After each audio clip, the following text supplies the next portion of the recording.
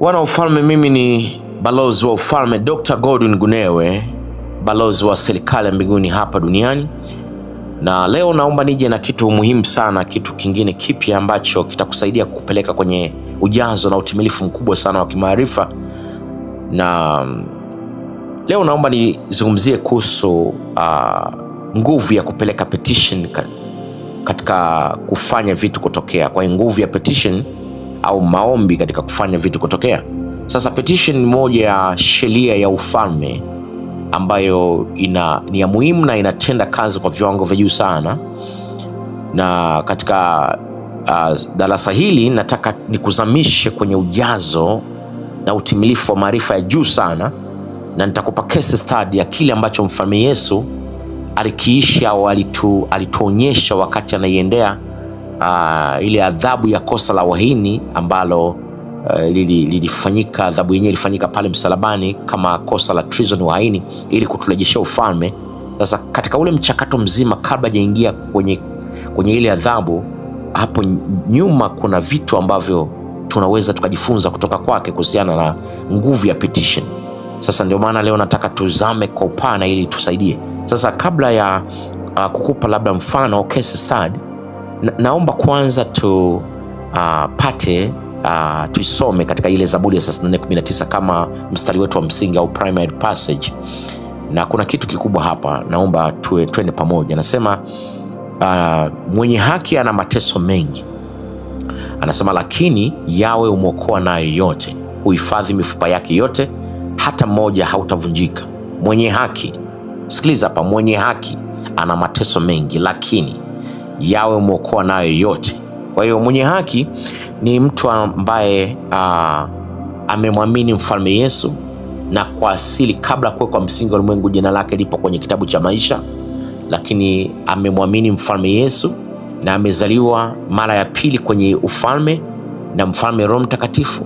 Lakini pia hiyo ni haki ya kwanza, lakini haki ya pili ni ile kutembea na sheria za ufalme, sheria za nchi kwa uaminifu kabisa. Huyu ndio anaitwa mwenye haki. Sasa huyu huwa anakumbana na mateso mengi, lakini cha ajabu ni kwamba mateso hayo Yawe anasema umwokoa nayo yote. Manake hakuna hata moja linaweza likamletea uharibifu. Ndio maana anasema uhifadhi mifupa yake yote, hata mmoja hautavunjika. Manake hakuna chochote kitakachoweza kuharibu maisha yake.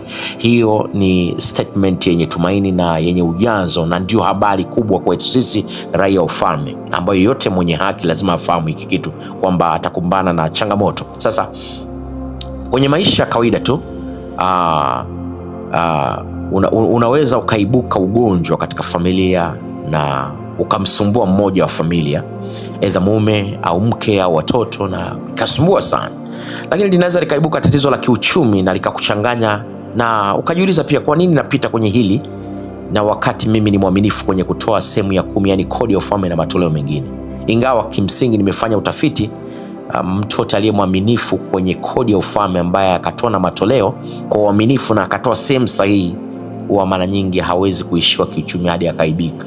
Ukiona unaishiwa mpaka unaibika, ujue wewe sio mwaminifu kwenye kodi, na pia inawezekana unatoa sehemu isiyo sahihi, na ndio maana unanyong'onyesha mpaka unaharibikiwa. Hilo ni muhimu sana. Ndio maana kodi ya ufalme tunaitoa ndani ya ufalme, tuitoe kwenye dini wala madhehebu. Hilo ni muhimu sana. Lakini pia yanaweza kaibuka matatizo yote katika maisha yako na kuanza kukutisha, na ukasema mbona mimi niko ndani ya ufalme alafu inakuwaje matatizo yananitokea, shida? Nataka nikwambie hilo lisikupe shida, kwa sababu mwenye haki ana mateso mengi, lakini Yawe anamwokoa nayo yote. Sasa nitakupa sababu kwa nini kuwa watu walio ndani ya ufalme wanaweza pia wakatokewa na matatizo. Sasa nikupe utofauti pia. Kuna tofauti kati ya kuharibiwa na matatizo na kukutana na matatizo. Tatizo unaweza kukutana nao lakini lisikuharibu. Sasa mtu yote aliye kwenye dini na madhehebu na wengine wote, huwa matatizo yanawaharibu na yanawanyong'onyesha mpaka wanaaibika na kusambaratishwa kabisa, na yanawatoa kwenye mstari. Lakini utofauti ni kwamba mtu aliye ndani ya ufalme, kama vile umenoti, huwa mara nyingi akikutana na jambo huwa haribikiwi, mradi awe mwenye haki, anayetembea na kanuni za ufalme na mwaminifu katika kila eneo. Huwa vitu havimuharibu wala hapati, yani haribikiwi na jambo. mara nyingi anakutana nalo, na nitakupa sababu kwa nini huwa ni lazima mwenye haki akutane na mashida na matatizo. Ukisoma Waefeso 3:10 imetuweka wazi kwamba anasema ili kwa njia ya eklesia ndio hao raia wa ufalme au watoto wa Yahweh Elohim au jopo la wafalme wanaomwakilisha mfalme mkuu. Anasema ili kwa njia ya eklesia hekima ya namna nyingi ya Elohim ipate kujulikana kwa watawala na wenye mamlaka katika ulimwengu wa roho. Maanake kuna falme, kuna mamlaka, wakuu wa giza na jeshi la pepo wabaya. Sasa hawa wana kawaida ya kushambulia watoto wa ufalme, wanashambulia watoto wa ufalme walioko duniani. Sasa na mashambulizi yao wanayofanya huwa ni mpaka serikali ya mbinguni iwaruhusu kufanya hivyo. Hawawezi kushambulia wenyewe mpaka serikali ya mbinguni ya ufalme iweze kuwaruhusu. Sasa mfalme wa mbinguni baba yetu huwa ana kaida, sisi ametufanya kama punch bag, ametufanya kama vile airbag kwenye magari. Yani huwa sisi ndio uwanja wa matukio yake. Kwa mfano lolote lile shetani atakalotaka kuipima uweza wa serikali ya mbinguni, ili majeshi ya giza yaipime, shetani na majeshi ya giza yaipime, yaanze kupambana kupima uweza wa serikali ya mbinguni, au ili mbingu idhilishe uweza na ukuu wake dhidi ya majeshi ya giza. Huwa majeshi ya giza na shetani huwa hawaendi kule mbinguni kupambana, hawapambani, ila wanachofanya wanaruhusiwa wapambane na sisi tuliobeba ile uweza na mamlaka yake. Kwa hiyo sisi ndio tunakabiliana hivyo vitu ili kupima mamlaka na uweza wake. Kwa ndio maana sisi ndio tunatumika kama kuwa hekima ya namna nyingi ya Elohim ili ipate kujulikana, kudhihirika dhidi yao. Kwa hiyo utakuta ni lazima majeshi ya giza yaruhusiwe kunishambulia mimi katika jambo fulani ili kupima uweza na mamlaka wa kimbingu. Kwa hiyo ili mbingu iweze kudhihirisha nguvu yake, yenyewe inadhihirisha kupitia sisi wanadamu, kupitia miili yetu na sisi wenyewe. Kwa hiyo ni lazima sisi tutumike. Hiyo haitaka kuisha mpaka dunia hii iishe. Ikiisha dunia hii ndio hiyo kitu itaondoka, lakini kwa sasa hivi ni lazima mbingu ijitambe, ipambane kupitia sisi, kwa sababu majeshi ya giza hayana uwezo wa kwenda mbinguni na kufanya hiko kitu. Wanafanya kwetu sisi hapa kwa watoto kwenye ufalme huu. Kwa hiyo ili shetani na majeshi yake waweze kuweza kupambana na baba mbinguni, au ili mbingu iweze kudhihirisha mamlaka na uwezo wake, nguvu, maanake ni kwamba ni lazima nitumike mimi. Kwa hiyo mimi nitakutana kama uwanja, mimi natumika kama uwanja wa mapambano. Kwa hiyo naweza nikapigwa kiuchumi, naweza nikapigwa tatizo la ugonjwa, naweza nikapigwa hivi, lakini hivyo vitu vinakwenda, afu baadaye ile imani yangu thabiti inayozaliwa ndani mwangu inatengeneza mpaka baadaye kile kitu nakishinda, na ndio mbingu inakuwa imemshinda majeshi ya giza. Kwa hiyo sisi tumekuwa kama uwanja. Maanake ni kwamba ili kwa njia ya eklesia ambayo sisi hekima ya namna nyingi ya Elohim ipate kujulikana kwa watawala. Maanake sisi ndio njia ndio njia ya hekima ya namna nyingi ya Elohim inadhihirika kwa majeshi ya giza. Kwa hiyo hakuna namna nyingine ambayo mbingu inakwenda kudhihirisha ubabe wake dhidi ya majeshi ya giza. Lazima sisi tutumike, na wao ni lazima watushambulie. Kwa hiyo mwenye haki huwa ni lazima kutana, lakini kwa hiyo ata mbingu itampambania, na mwishowe huyo mtu atakuwa salama zaidi, atakuwa salama, wala hakuna itakutokea. Ndio maana chochote kikitokea kwenye maisha yako, mradi ukiwa ni mwenye haki, huna shida kwenye kodi ya ufalme wala matoleo, huna shida kwenye uaminifu wako katika sheria nyingine zote, na umemwamini baba yako mfalme, na elimu ya ufalme iko ndani yako kwenye ujazo, na unajua wewe ni mtoto wa mfalme mkuu na umekuja duniani kutawala, ujue kabisa kwamba ondoa shaka, kila kitu kitakaa sawa. Jipe muda tu, kila kitu kitaenda sawa. Ujue kabisa kwamba hapo ukiona unakutana na jambo kama hilo na upo kwenye haki na wewe ni mwenye haki, ujue kabisa, lazima ujue kabisa hapo mbingu inajaribu kuthibitisha uweza na mamlaka yake. Kwa hilo wala lisikupe shida. Ndio maana nasema ili kwa njia ya eklesia ni sisi, maanake hekima ya namna nyingi ya Elohim ipate kujulikana. Maanake sisi ndo tunatumiwa kwa ajili ya kudhihirisha ile uweza na mamlaka. Taarifa sahihi ya kimbingu inadhihirishwa kupitia sisi dhidi ya mamlaka na jeshi la pepo wabaya. Kwa hilo uwezi, na linakuja, ukiona limekuja huwa linakuja kwa kuruhusiwa. Kwa hilo ni muhimu sana. Sasa Ndio maana wakati wote tunahitaji sana petition kwa bidii. Tunahitaji petition kwa bidii, tunahitaji maombi kwa bidii sana, kama watawala ambao wafalme wadogo tumepewa mamlaka ya kuitunza dunia na kuiongoza na kuiletea tija, lakini tunahitaji petition kwa sababu tunahitaji ufunuo kutoka serikali ya mbinguni ili tuweze kujua namna ya kukabiliana, ili tushabiane, tusaidiane na mbingu, serikali ya baba yetu, ili kuweza kudhilisha mamlaka na uwezo wake, huku sisi miili yetu na maisha yetu yakitumika kama sehemu ya uwanja wa mapambano. Hilo ni muhimu sana. Kwa hiyo ndio maana tunahitaji petition kwa bidii. Sasa mapambano kama haya yanapofanyika ukiwa hujakuwa kwenye petition na kwenye mstari sahihi, inakuwa sio sawa. Ndio maana tunahitaji kufanya petition kwa bidii. Sasa tunaweza tukajifunza kwa mfalme Yesu akiwa hapa katika mwili. Alitufundisha kitu cha msingi sana juu ya kupeleka petition, tusije tukaangukia kwenye majaribu. Sasa ukisoma Mathayo 26 mstari ule wa 40 mpaka 41, anasema kisha akarudi kwa wanafunzi wake na kuwakuta wamelala. Akamuuliza Petro, je, ninyi wanaume hamkuweza kuwa macho pamoja nami kwa saa moja? Mstari wa 41 anasema basi kuweni makini na mpeleke petition, yani maombi, msije mkaangukia majaribuni. Hakika nafsi huwa inakuwa na utayari, lakini mwili ndio una udhaifu. Kwa hiyo pelekeni petition, msije mkaangukia kwenye majaribu. Unaweza kuona sasa, ukisoma tena Luka 22:45-46, mfalme Yesu anarudia kitu kile, anasema baada ya kupeleka petition, yani yeye akawarudia wanafunzi wake, akawakuta wamelala wakiwa wamechoka kutokana na huzuni.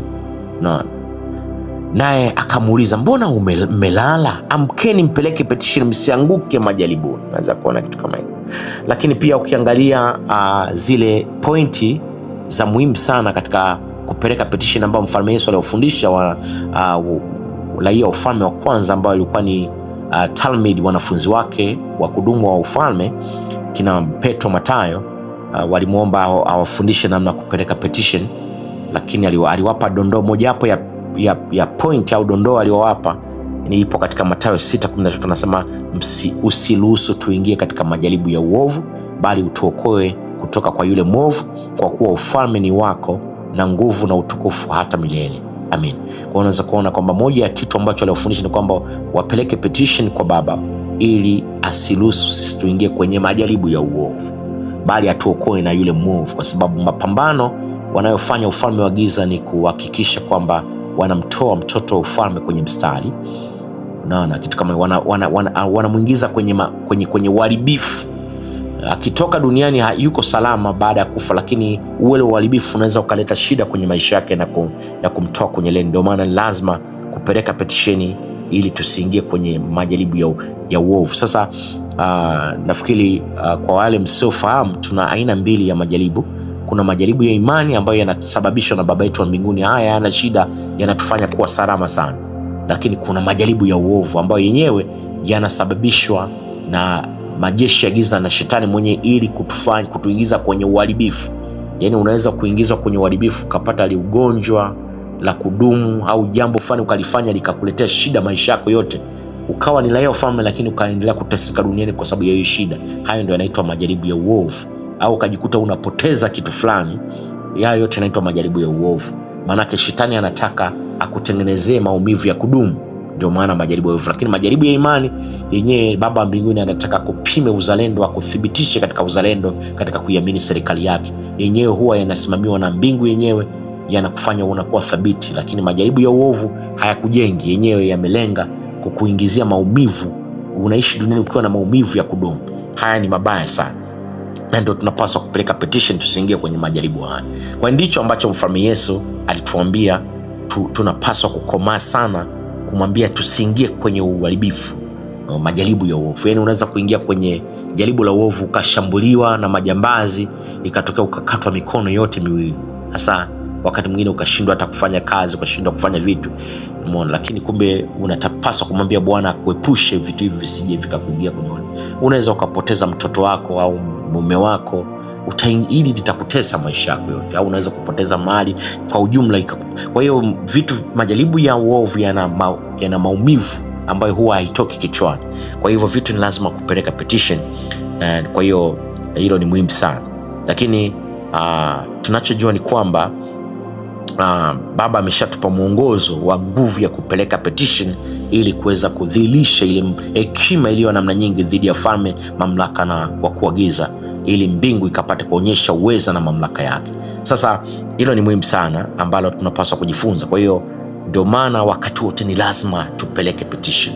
Petition faida yake ni kwamba ina nguvu. Kwa mfano, unaweza ukapita kwenye ugumu ambayo ni mateso hayo wa uchumi, unashangaa uchumi wako kayumba, unawezekana yakatokea magonjwa, yakatokea jambo fulani, lakini kuna utofauti ya yale mambo yanapotokea, sio kwamba yameharibu maisha yako, yenyewe yanakuja. Lakini unapopeleka petition na unapokuwa mwenye haki katika kila eneo, mwaminifu kwenye kodi ya ufalme, mwaminifu kwenye matoleo, mwaminifu kwenye sheria nyingine. Kwa nini nasisitiza kodi? Kwa sababu kodi ina uwezo wa kumleta yule alaye akala mali zako, na anakula kwa staili nyingi. Anaweza kukuletea magonjwa, anaweza kukuletea majambazi, anaweza kukuletea ukafuzwa kazi, anaweza kukuletea vitu mbalimbali, kwa sababu anachotaka ni kuharibu. Kwa hiyo ni swala la uchumi, umeona, ni swala la uchumi, lakini linaweza kupelekea ukaingia kwenye shida kubwa sana ya maisha, ambayo shida hiyo inaweza kukuletea ugumu, inaweza kukuletea matatizo, inaweza kukuletea tabu, inaweza kuletea mateso ya kudumu kwenye maisha yako ya kila siku. Ndio maana ni muhimu sana hilo kulielewa, ili liweze kukusaidia kwenye maisha yako ya kila siku. Kwa hiyo ni muhimu sana hilo, kila raia wa ufalme kulielewa, maana majaribu ya uovu yanaweza kukutengenezea shida. Ndio maana ni wakati wote lazima kupeleka petition ili usiingie kwenye majaribu ya uovu. Hiyo ni kitu muhimu na ni kitu cha msingi sana ambacho kila raia wa ufalme anapaswa kukizingatia. Ndio maana Mfalme Yesu alilisisitiza kwamba usiruhusu tupeleke petition, tusiruhusu tuingie kwenye majaribu ya uovu. Unaweza kuona kitu kama hiko. Umeona? Sasa tuende kwenye mfano wa Mfalme Yesu hapa katika Luka 22:44. Unaweza kuona yeye alipokutana na, kwa sababu shetani wakati Mfalme Yesu anakuja duniani ilikuwa ni beto, ni vita kati ya ufalme na ufalme. Sasa ufalme wa giza ambao unaongozwa na shetani wenyewe ulipanga kwa ajili ya kumuondoa kwenye mstari, kumuondoa kwenye leli. Na ndio maana wakati Mfalme Yesu yuko duniani anataka kulipa gharama, amekuja kabisa, amepanga na wenye nguvu zake na amevaa mwili, maanake hakuruhusiwa kutumia nguvu yake ya kielohim ile ambayo anayo kwa asili. Alitakiwa atumie nguvu ya kibinadamu, awe mwanadamu, na ndio makubaliano yaliyokuwepo. Sasa moja ya kitu ambacho adui alifanya ni kumkatisha tamaa kwamba hii game unakwenda kushindwa. Kwa hiyo alimtengenezea idea kwamba akamkatisha tamaa. Ndio maana alipeleka petition mara 3 kumwambia Baba, ikiwezekana kikombe hiki tuailishe. Yani alitaka ile adhabu ya kosa la waini asifanye, ailishe. Sasa madhara yake yamekuwa makubwa, kwa sababu kama amekuja duniani alafu hajakamilisha ile kazi, maana yake ni kwamba mbingu na serikali ya ufalme ingeonekana ni waongo na ni waoga. Maana yake angeifanya mbingu kuweza kupoteza kitu kikubwa sana. Lakini shetani kwanza alianza kumkatisha tamaa, na ndio maana hata sisi tunaweza tunakutana na jambo gumu la kiuchumi, la chochote kile, kama mwenye haki ambayo la ufalme. Sasa kitu kinachofanya adui anataka kukatisha tamaa. Wengi unaweza kujikuta moyo wako umekata tamaa, kama vile umevurugika, unasikia kama vile una stress. Sasa hali kama ile inapotokea, msingi mkubwa wa kushinda ni lazima ukomae kwenye petition ya nguvu sana. Hilo ni muhimu sana. Ndio maana tunaweza tukaona kwenye mfano wa Mfalme Yesu, yeye ilipomtokea alikuwa anapeleka petition, anarudi anapeleka. Kwa ukiangalia Luka 22:44 nasema naye akiwa katika maumivu makuu. Unaweza kuona Bwana Yesu alikuwa katika maumivu makuu kwenye moyo wake, yani nafsi ilikuwa imepata stress, kwa sababu adui alikuwa amemtengenezea idea kwamba yani kama kumkatisha tamaa. Anasema yeye alipokuwa katika hiyo hali, anasema akapeleka petition kwa bidii, nalo jasho lake likawa kama matone ya damu yakidondoka ardhini. Mara zote ukisikia mtu damu zinamtoka puani, zinamtoka mdomoni, zinamtoka kwenye maeneo yote ya kwenye mwili, ujue kabisa ni kwamba misuli, tuseme ile mishipa inakuwa imepasuka. Hiyo ni dalili ya pressure, dalili ya pressure na stress. Kwa hiyo Bwana Yesu akiwa moja ya kigezo alikutakiwa kutumia mamlaka yake Elohim, awe mwanadamu kabisa akimtegemea mfalme Roho Mtakatifu. Naye pia alipata pressure. Ile pressure ilitokana, nafikiri shetani alikuwa anamzuka kichwani na kumhubiria vitu vigumu sana. Kwa hili kaanza kumsumbua na kumpa stress. Ndio maana unaona jasho ikamtoka, kwa sababu alikuwa halikuruhusiwa kutumia mamlaka yake. Alikuwa mwanadamu akimtegemea mfalme Roho Mtakatifu, ndio maana matone ya damu yalikuwa kidondoka. Lakini moja ambalo kila tunaweza kujifunza hapa, anasema akapeleka petition kwa bidii. Na ndio maana nakusia hata wewe unazikana unapita kwenye jambo fulani kama raia ufalme, maana yake unajaribiwa kiimani, unapimwa, mbingu inataka kuthibitisha mamlaka na uwezo wake dhidi ya ufalme wa giza. Wewe unatumika kama uwanja wa mapambano na unapita. Hili nataka kukwambia, wala usione wasiwasi. Kubwa zaidi, wewe command petition. Zungumza na Baba, mwambie Baba akupe uweza na mamlaka ya kushinda, akufungulie milango, akupe kutoboa kwenye hilo. Yaani ng'ang'ana kwenye hilo. Hiyo mimi ndio silaha yangu kubwa. Mimi ninapopita kwenye mambo huwa nang'ang'ana kwenye petition, na nikitoka pale natoka nikiwa mwingine kabisa. Kwa hilo ni muhimu sana. Ndio maana nasema anaye akiwa katika maumivu makuu akapeleka petition kwa bidii. Sisi raia ufalme tunapokuwa kwenye hali nzito, ndio unapaswa kung'ang'ana. Usikate tamaa, ung'ang'ana. Ujue kabisa kwamba umefanyika kama uwanja wa mapambano. Maanake mbingu inadhihirisha mamlaka yake dhidi ya ufalme wa giza. Maanake inadhihirisha mamlaka yake kupitia ile uzalendo wako kwa kuiamini serikali ya baba yako. Ndio maana ni lazima ukomae kwenye petition. Komaa kwenye petition. Usiangalie hali inabadilikaje. Wewe usiangalie sasa hali itabadilika, hali itakuwa. Wewe unachopaswa kukomaa kwenye petition. Petition ndio inaumba vitu katika ulimwengu usionekana ili kudhihirisha vitu katika ulimwengu unaoonekana. Hilo ni muhimu sana. Na hilo usiache. Mradi hakikisha wewe ni mwenye haki.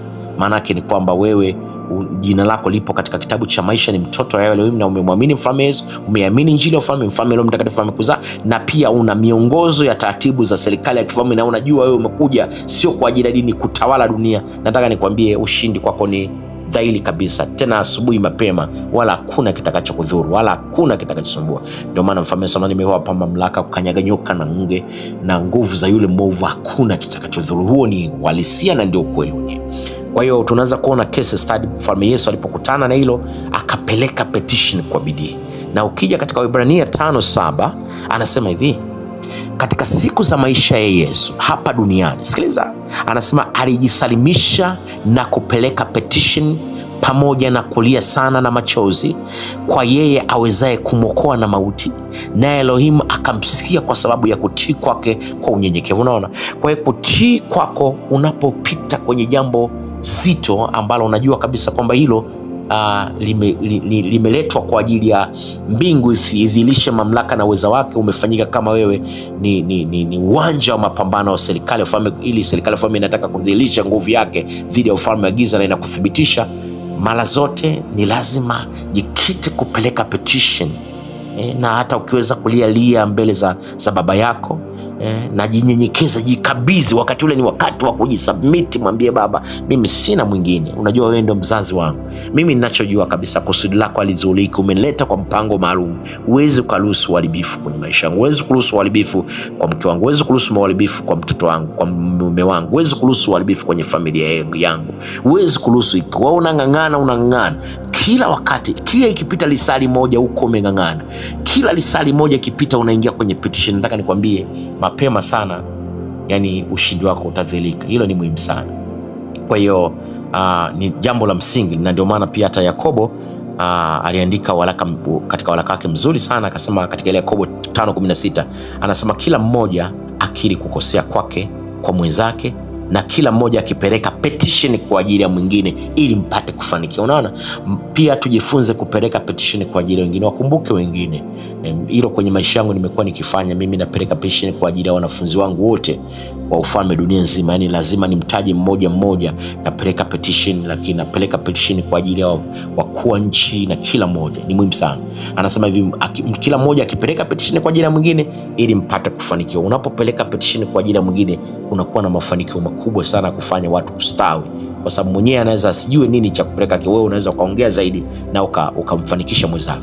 Lakini anamalizia hapa, anasema petition za mwenye haki. Unaweza kuona petition sio za mtu wa dini, sio za Mkristo, sio za mlokole.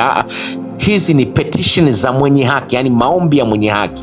Mwenye haki ni yule ambaye tangu kuwekwa msingi wa ulimwengu jina lake lipo kwenye kitabu cha maisha, anajua ni mtoto wa ufalme, lakini pia amemwamini mfalme Yesu, ameiamini habari njema ya ufalme, mfalme Roho Mtakatifu amemzaa, yuko ndani ya ufalme, na pia anatembea na sheria za nchi.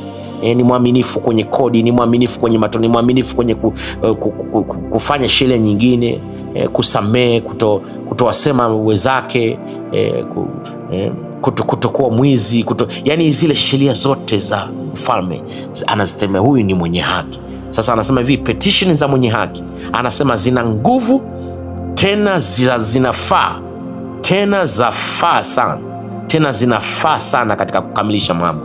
Maanake petition yote ya mwenye haki huwa ndio ina uwezo wa kufanya jambo kutokea, ina uwezo wa kukamilisha jambo, ina uwezo kuaccomplish jambo lolote. Hiyo ni uhakika 100%, na hakuna swali wala shaka katika hilo. Ndio maana ni muhimu sana kujifunza kuwa na bidii katika kupeleka petition. Umeona case study ya baba yetu mfalme Yesu wakati akiwa katika mwili, namna alivyofanya kwetu. Alifanya sio kwa ajili yake, ni kwa ajili yetu, kutufundisha kwamba tunapokutana na mazingira kama hayo, manake msingi wa ushindi ni kupeleka petition kwa bidii, kila kujisalimisha wakati wote, ili tusiingie katika majaribu ya uovu, tusije kwenye uharibifu wa adui. Hilo ni muhimu sana. Sasa naomba nikwambie kitu ambacho labda hujawahi kukisikia tangu umeingia duniani.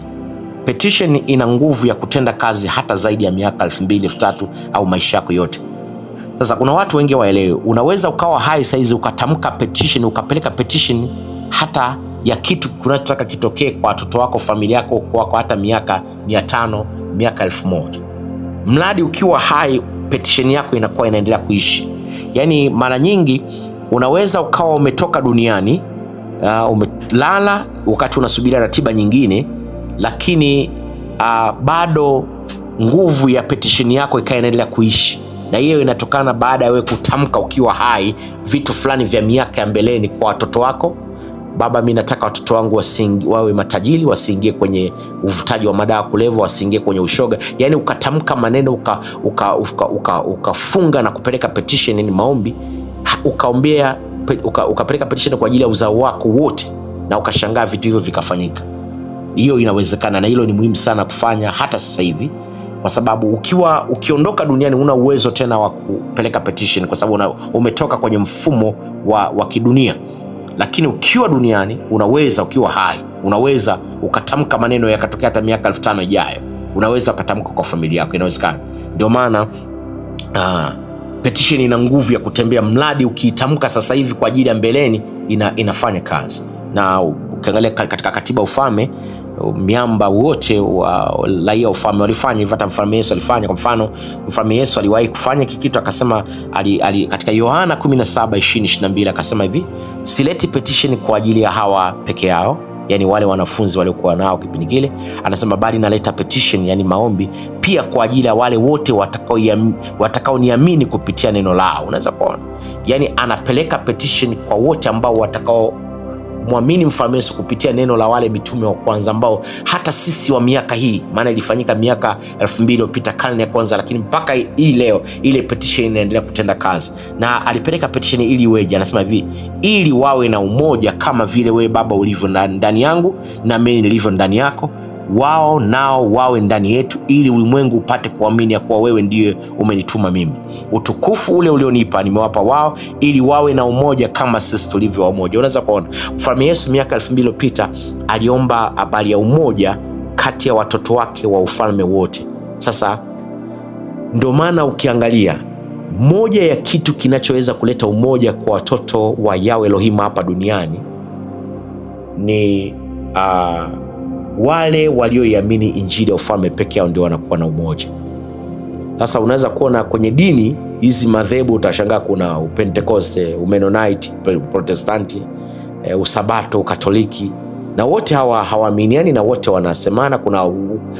Kuna dini ya Uislamu, Ubudha. Wanadamu wanakuwa hawana umoja. Hata kwenye Ukristo hakuna umoja, kwa sababu kuna madhehebu mengi na wanasemana na wanasumbuana sana. Sasa ile sio ufalme, na Bwana Yesu, mfalme Yesu akuombea wale, kwa sababu wale sio raia ufalme wala sio chombo cha kifalme. Alikuwa anaombea wale ambao watakaamini injili ya ufalme. Na ndio maana kama umestadi, watu wote walioamini injili ya ufalme huwa ndio wanakuwa na umoja sana. Wengi ambao mlio kwenye group nafikiri mnaweza kuona jinsi gani umoja wetu ulivyo, jinsi nguvu yetu ilivyo. Tuko mbali, wengi hatujuani, hatujawahi kuonana macho hivi. Wengi raia ufalme, wengi hatujawahi kukutana nao, lakini cha ajabu mfalme Roho Mtakatifu anaenda ndani yao, anawathibitisha juu ya mwalimu wao ambaye rabi wao mimi, na tunaenda pamoja. Unakumbuka tumefanya jambo la kutengeneza app ya katiba, tumekamilisha, tumefanya vitu vingi pamoja na vinakwenda vizuri. Umoja huu umetoka wapi? Kitu gani kilichofanya mpaka tuaminiane na tujuane? Ni kwa sababu ndio kile ambacho mfalme Yesu alikisema miaka 2000 iliyopita, karne ya kwanza. Alipeleka petition wawe na umoja. Umoja unaweza kupatikana mpaka watu wawe raia ufalme na watembee katika mtazamo wa kiufalme. Maanake watakuwa dunia nzima wana umoja, wanapendana, tena upendo wa kweli. Ukisikia udai wa ufalme, upendo wa kweli. Lakini kwenye madini na madhehebu, brother, hakunaga umoja, kwa sababu sio chombo cha ufalme. Kwa hiyo ndio maana petition hii ambayo mfalme Yesu alifanya katika Yohana 17:20-22 ya umoja kwa watoto wake wote wa ufalme, ndio inadhirika ndani ya wote raia wa ufalme walioimani injili ya ufalme. Wote walioshiba elimu ya ufalme ndio watakuwa na umoja. Tena unashangaa tu ile injili inawaunganisha na wanapendana sana.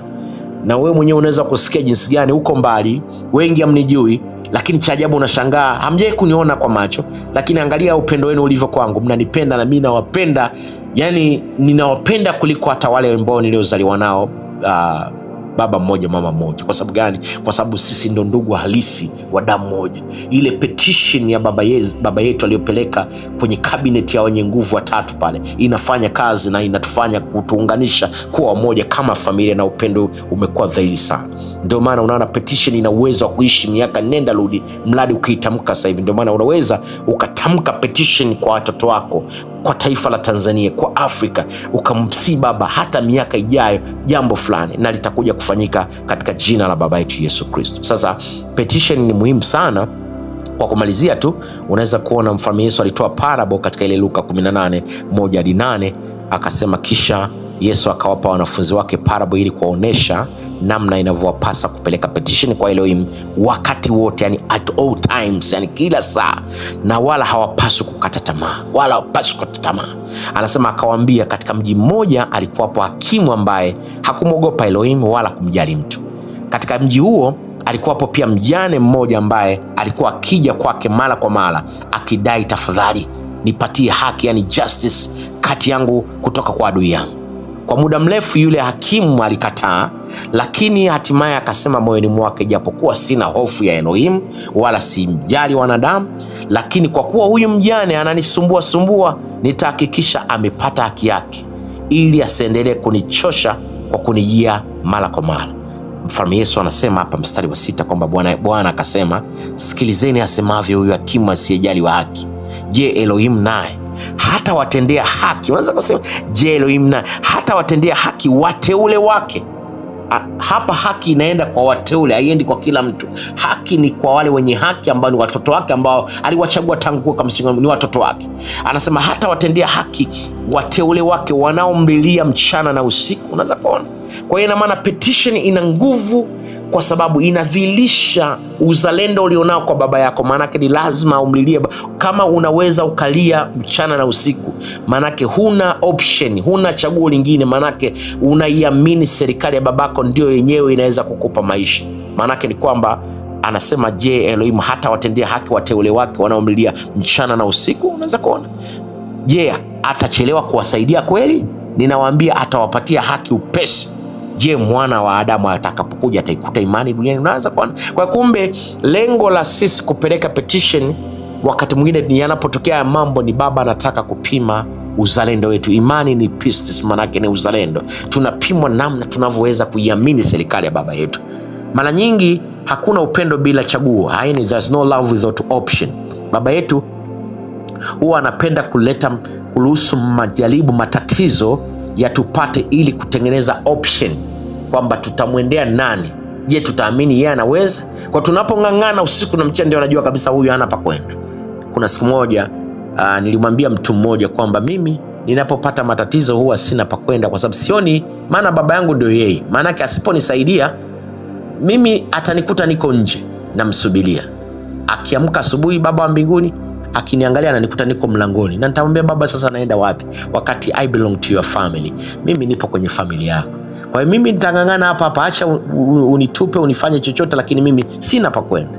Niliongea tu kibinadamu, kipumbavu, kwa ajili ya kutoa mfano kwamba jinsi baba yetu tunavyoweza kumtegemea. Hatuna option nyingine, brothers and sisters, hatuna option. Mwanadamu sio mtu anaweza kutusaidia. Wanadamu wanatumika tu na Baba wa mbinguni. Baba wa mbinguni hatakuchagulia kukusaidia, lakini yeye ndio msingi na ndio msaada wetu katika kila jambo. Ndio maana unapopata jambo lolote, huna pa kwenda zaidi ya kukaa kwa Baba.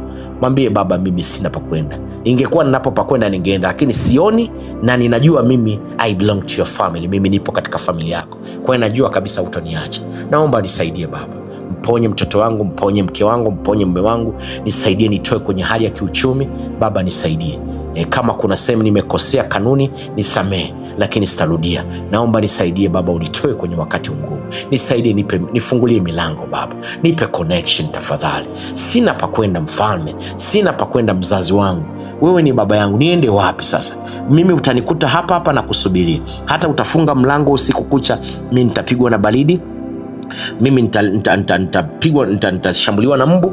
Asubuhi utanikuta hapa, kwa sababu sina pa kwenda, kwa sababu wewe ndio author of my life. Wewe ndio baba yangu, ndio mzazi wangu, wewe ndio kila kitu changu. Hilo ni muhimu sana kuzungumza kwa Baba, hilo ni muhimu sana ili uweze kuweza kuwa salama. Petition ina nguvu sana wanaofahamu. Naomba tujifunze kupeleka petition kila wakati. Baba wa mbinguni awabariki sana. Kama utakuwa na swali, basi namba zangu wengi mnazo, tafadhali sana usisite kunipigia ili tuweze kujengana kwa ajili ya kuweza kuona namna gani tunaweza tukadhilisha maisha ya kifalme hapa duniani. Lazima tukumbuke kwamba matatizo au changamoto tunazopitia hazijalenga kutuumiza, hazijalenga kutuua wala kutuharibia maisha, zimelenga kutuimarisha. Na lazima ujue kabisa mbingu ipo kazini.